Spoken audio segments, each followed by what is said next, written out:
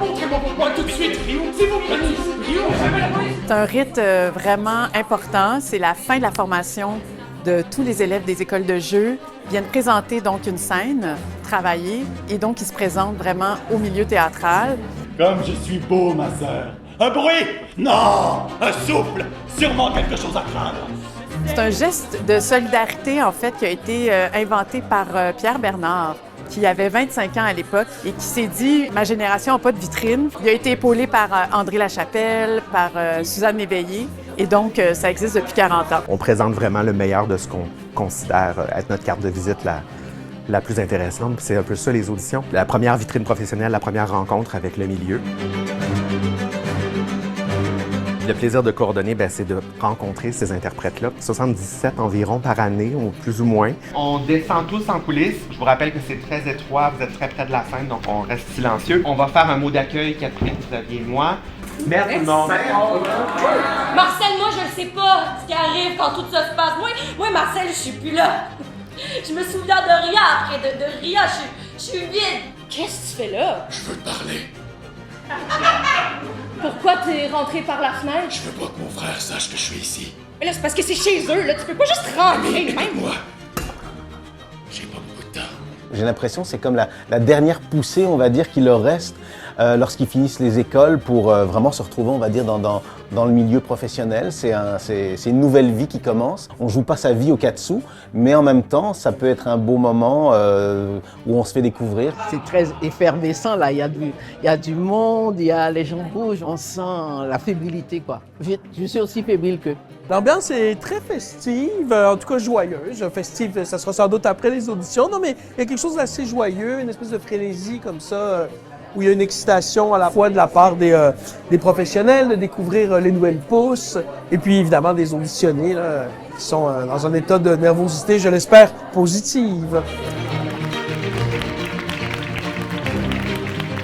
Tu vas bientôt te frayer un chemin dans ce métier.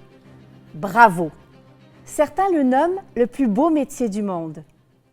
Il te confère le pouvoir de faire exister ce que tu imagines. Il te confère aussi une fonction importante, celle de poète dans la cité. J'ai demandé à quelques personnes, artistes du milieu établi, d'écrire une lettre aux jeunes interprètes, et cette lettre est lue donc par son auteur, son autrice, sur scène avec les finissants. C'est un moment très touchant, en fait.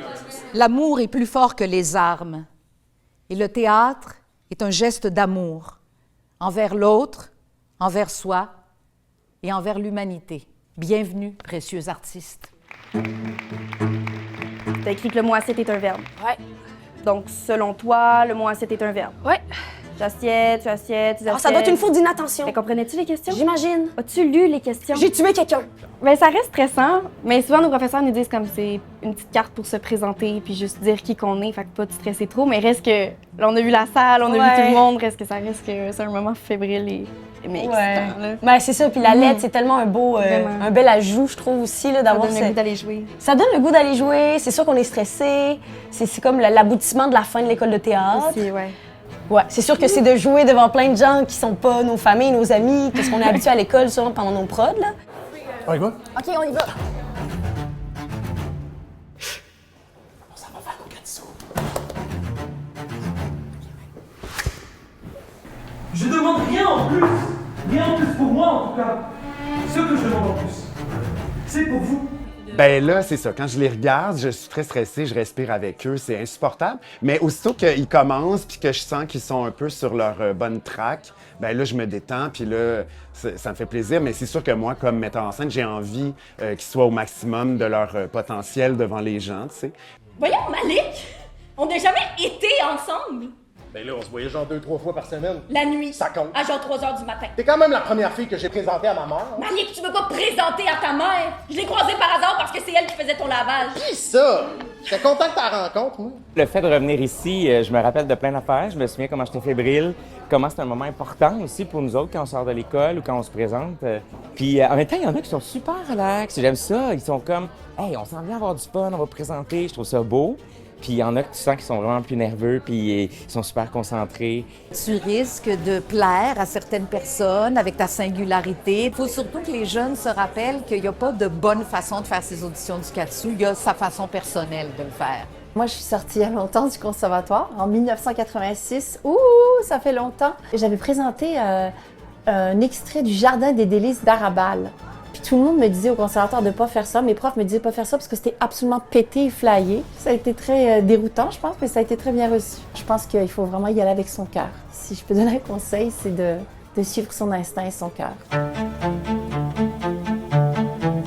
Je trouve que c'est important que ça reste parce que c'est une façon aussi de répertorier tout le monde au même endroit, au même moment. Comme c'est important et que la finalité d'une école de théâtre, c'est aussi le passage vers l'emploi, ben, j'ai l'impression que ça ne peut pas ne pas exister, ces auditions-là. Ça fait 40 ans, donc alors on va doubler. 80 ans, 100 ans, pourquoi pas que ça reste? T'es peut-être juste trop stressé avec le bureau. Je vais aller porter ma démission demain, comme ça va être réglé. Oublie ça, c'est pas la fin du monde.